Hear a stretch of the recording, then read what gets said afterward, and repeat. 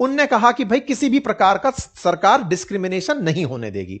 लेकिन लोगों ने कहा कि कानून आपकी देखरेख में बना, रूल आपकी देखरेख में बना, और आपको यह दिखाई नहीं दिया कि यह कितना विभेदनकारी, और कॉलेज में आप क्या चाहते हैं।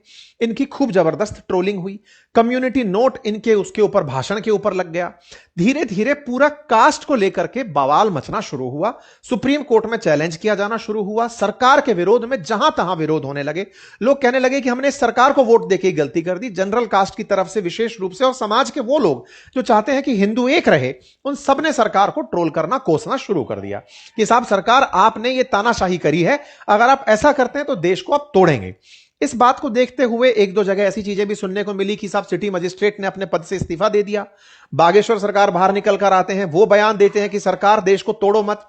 कवि कुमार विश्वास बाहर निकाल कर आते हैं कि साहब देश सरकार को तोड़ो मत। और तो और सबसे बड़ी बात निकल कर आती है कि साहब कसाब को तो पहले जांच कर किया गया, फिर सजा दी गई, और सवर्ण को पहले सजा दी जाएगी फिर जांच की जाएगी। तो क्या सवर्ण जो है वो कसाब से भी ज्यादा खतरनाक हो गया है। देश में एक काफी बड़ा माहौल बना। इवन सरकार के भी कई पूर्व मंत्री इस पर निकलकर बयान देने आए, और हद तब हुई जब राष्ट्रपति महोदया द्वारा अपने 26 जनवरी के भाषण में, जब सरकार के द्वारा मतलब अभी बजट से पहले जब बात रखी गई 26 जनवरी के बाद में, उसमें इन्होंने सबकी बातें रखी लेकिन जनरल कास्ट शब्द यूज नहीं किया। तो फिर से कम्युनिटी नोट इनके भाषण पर भी लग गया कि साहब आपके द्वारा देश के अंदर देश के नागरिक बोलने से क्या बिगड़ जाता, देश के नागरिक क्या महिला बच्चे दलित ये सब नहीं है, आप जनरल को छोड़कर सबको देश का नागरिक कैसे मान रहे। खैर खूब तरह से सरकार के विरोध में प्रदर्शन देश के विभिन्न कोनों में हुए।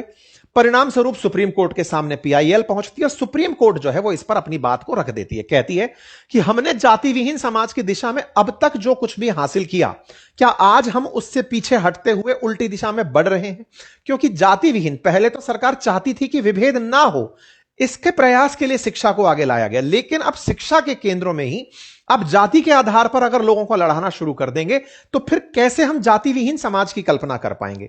कोर्ट में जजेस ने इस बात को रखा, सरकार के सामने एडवोकेट्स ने अपनी मतलब जजेस के सामने एडवोकेट्स ने अपनी बात रखी, जिसमें इस बात को कहा गया कि आप डिस्क्रिमिनेशन में एससी एसटी और ओबीसी की बात कर रहे हैं, लेकिन कोई छात्र दक्षिण भारत से उत्तर भारत में आता है, उसके साथ डिस्क्रिमिनेशन हो जाए तो क्या कीजिएगा।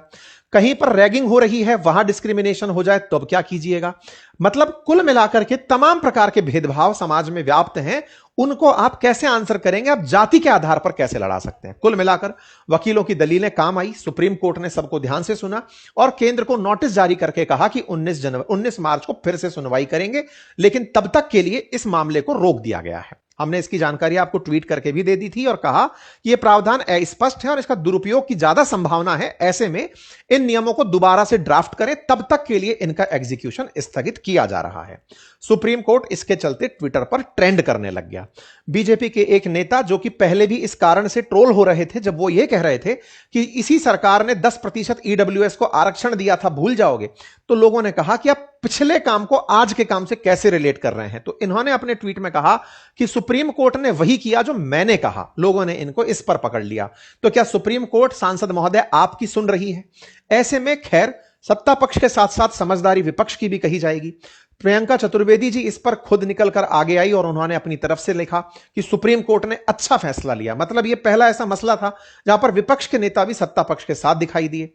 टीएमसी के जो सांसद हैं वो भी सुप्रीम कोर्ट का फैसला समर्थन करते हुए नजर आए कि हां आपने अच्छा किया, अदरवाइज समाज टूटता। इवन दलित नेता के रूप में जानी जाने वाली मायावती जी इस पर बाहर आई और उन्होंने कहा कि यूजीसी आपको पहले से ही सोचना चाहिए था कि समाज में किसी प्रकार का विभेदन ना हो, सुप्रीम कोर्ट ने जो किया वो अच्छा किया। कुल मिलाकर के देश के नेताओं में एक सकारात्मक भूमिका निभाई कि समाज को तोड़ने वाले विभाजनकारी नियम ना हो। खैर दक्षिण के नेता जो एमके स्टालिन हैं, उन्होंने फिर से इन नियमों का विरोध किया है। उनकी राजनीति दलित वोट के आधार पर ज्यादा अच्छे से चल रही होगी। खैर सुप्रीम कोर्ट ने यूजीसी को लेकर जो फिलहाल नियम दिए, इनकी तारीफ होनी चाहिए, लेकिन फिलहाल सवाल सबसे बड़ा उससे ऊपर है, वो ये कि माननीय ये स्थिति आती ही क्यों है। आपके नियमों को आपने कहा, फिर आपने लागू किया, फिर पलट दिया, आपने फिर इस तरह की स्थिति बनाई। कल को आप प्रेशर में काम करने लगेंगे। आपने अरावली की परिभाषा दी थी, जब जनता का प्रेशर बढ़ने लगा आप फिर पलट गए। आपने दिल्ली के प्रदूषण, इस पर हमने खूब ज्यादा जानकारी आप लोगों के साथ साझा की। और तो और ये एमएलए वाला उन्नाव का सेंगर का जो मामला था, इस मामले में भी कोर्ट को पलटना पड़ा। सुप्रीम कोर्ट से रिक्वेस्ट यही रहेगी समस्त भारतीयों की कि कृपया करके न्याय केवल शब्दों में ना हो, होता हुआ दिखे। समस्त भारतीय आपसे रिक्वेस्ट करते हैं कि कृपया करके आप जब गाइडलाइंस बनाएं या जो भी आपकी तरफ से समाज को प्रभावित करने वाले नियम हैं, उनको प्रॉपर तरीके से, आपके पास विद्वान लोगों की पूरी फौज है, उनसे उनका अध्ययन करवाएं, ताकि किसी प्रकार से देश के अंदर कानून व्यवस्था बिगड़े ना, देश की एकता ना बिगड़े, देश संयुक्त रूप से देश को विकसित भारत की तरफ ले जाने में मदद मिले। फिलहाल के लिए इतना ही। बाकी उम्मीद करता हूं कि आप समस्त भारतीय एकता के साथ आगे बढ़ेंगे। चैनल पर नए हैं तो सब्सक्राइब कीजिए, साथियों के साथ साझा कीजिए।